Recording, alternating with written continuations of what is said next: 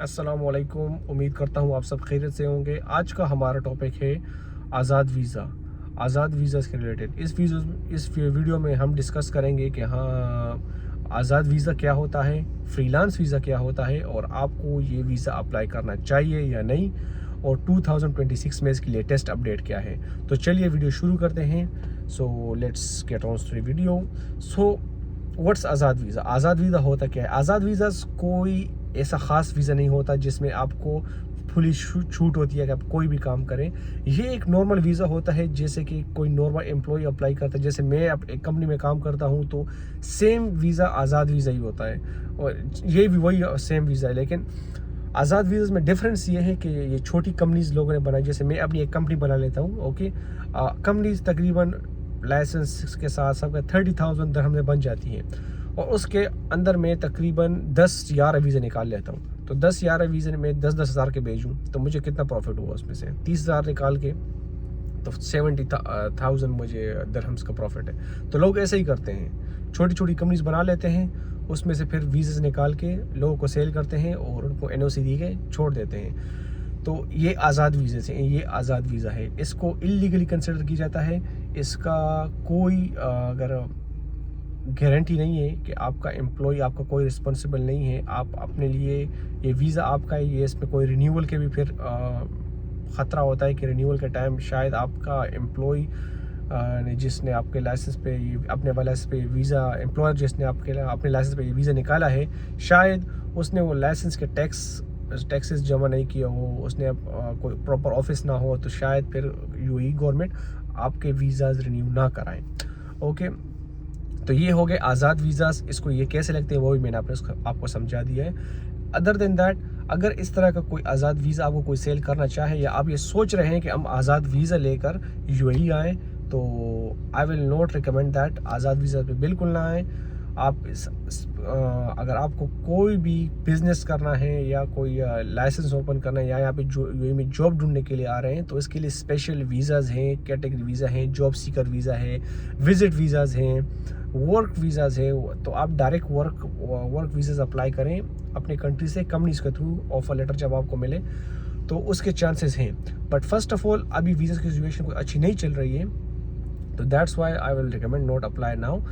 मैंने इसके बारे में वीडियोस भी बनाई थी, लेकिन जैसे ही वीज़ाज़ की कोई अपडेट मिलेगी तो इंशाल्लाह मैं आपको फिर बता दूंगा। आप उसके दरमियान वीज़ाज़ अप्लाई कर सकते हैं then. Okay, other than that, अभी मैंने आपको समझा दी आज़ाद वीज़ा होता क्या है। अभी फ्रीलांस वीज़ा क्या होता है? आज़ाद वीज़ा को बहुत लोगों ने फ्रीलांस वीज़ा बनाया होता है, लेकिन freelance visa is separate. Freelance visa उनके लिए होते हैं जो कि ये सेल्फ एम्प्लॉयड होते हैं, जो कि फ्रीलांस काम करते हैं। जैसे कि फॉर एग्जांपल मैं फाइवर पर काम करता हूँ, तो मुझे फ्रीलांस वीज़ा मिल सकता है अगर मैं अपनी इनकम प्रूफ दिखाऊँ, और मैं दिखाऊँ उनको कि मैं यहाँ पे सिर्फ रहने आ रहा हूँ और अपने मतलब मेरी फ्रीलांस इनकम ऑलरेडी इस जगह से आ रही है, तो मुझे फ्रीलांस मिल सकता है। फ्रीलांस वीज़ा जो एक्चुअली होता है वो 1 साल का होता है, ओके, जो एक्चुअली फ्रीलांस वीज़ा होता है।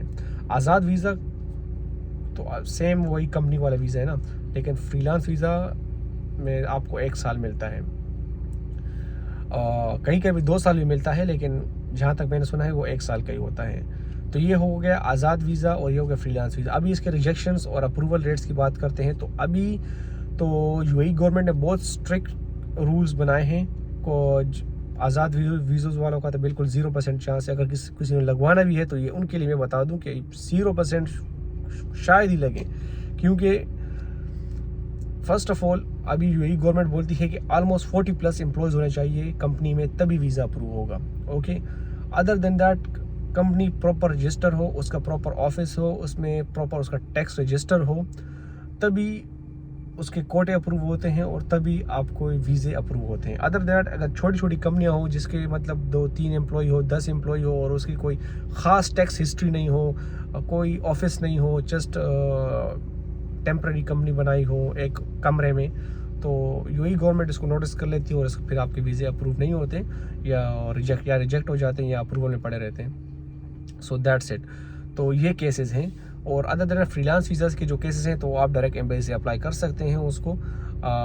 उनके भी करंट सिचुएशन कोई अच्छी नहीं चल रही, लेकिन first of all I will recommend कि अभी थोड़ा इंतज़ार करें, और जैसे ही हालात बेहतर होते हैं तो मैं एक वीडियो पोस्ट करूँगा, तो फिर आप नेक्स्ट स्टेप लें।